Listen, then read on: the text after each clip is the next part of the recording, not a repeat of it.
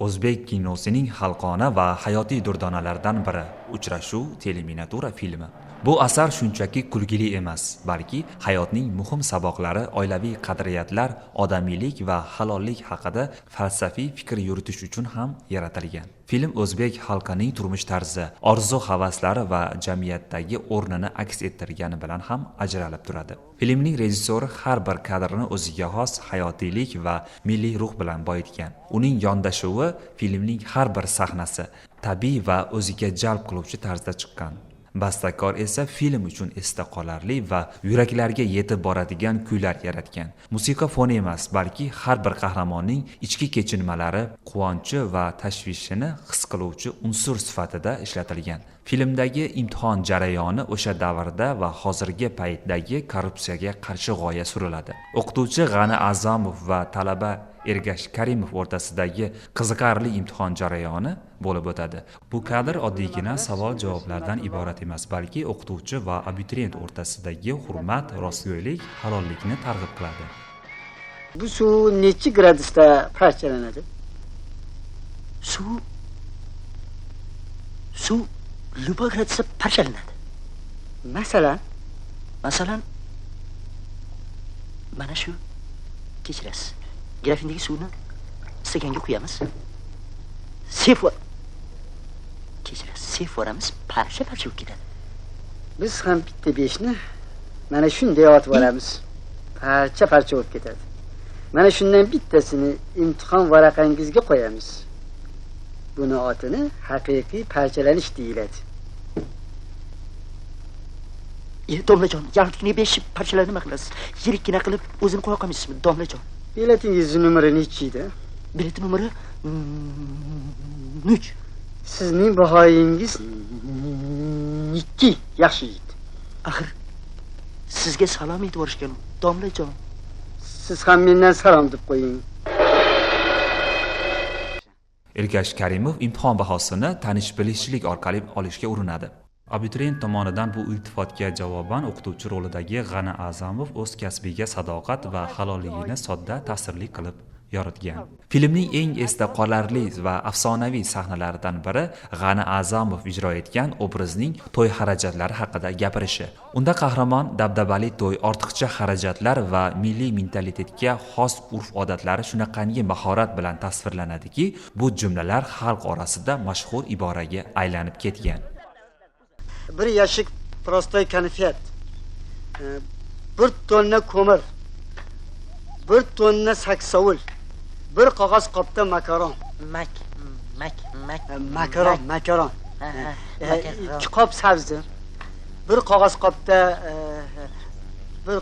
qopda piyoz. 2 qop kartoshka. Mayli, buni jarkobga ishlatib yuborishadi-da.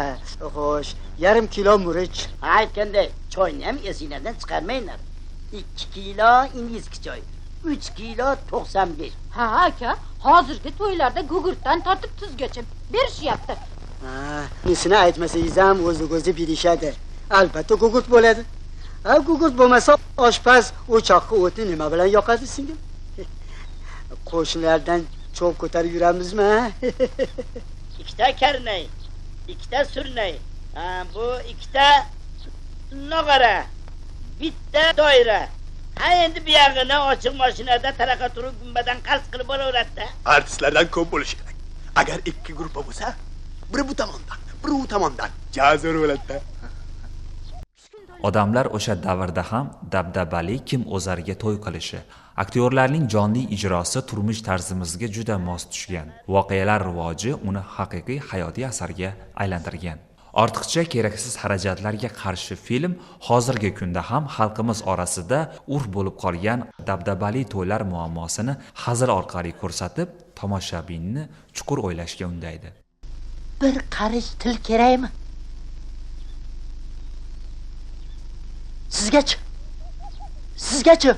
Sizgachi bola sapit, fotoapparat, magnitofon, samolyot, traktor, ekskavator kerak emasmi?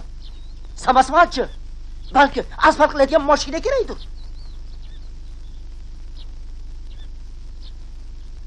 akasiga Forishim sinisiga, kalta yubka, o'lgan buvisiga yangi kafan, otasiga aroq zavodi, onasiga kampiz zavodi, opasiga kiyim fabrikasi, sizga zambarayning o'qi, pak.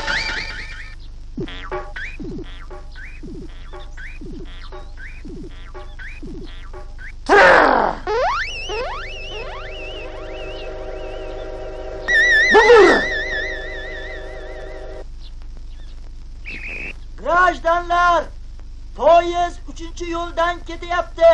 Ehtiyot bo'linglar. Ehtiyot bo'linglar.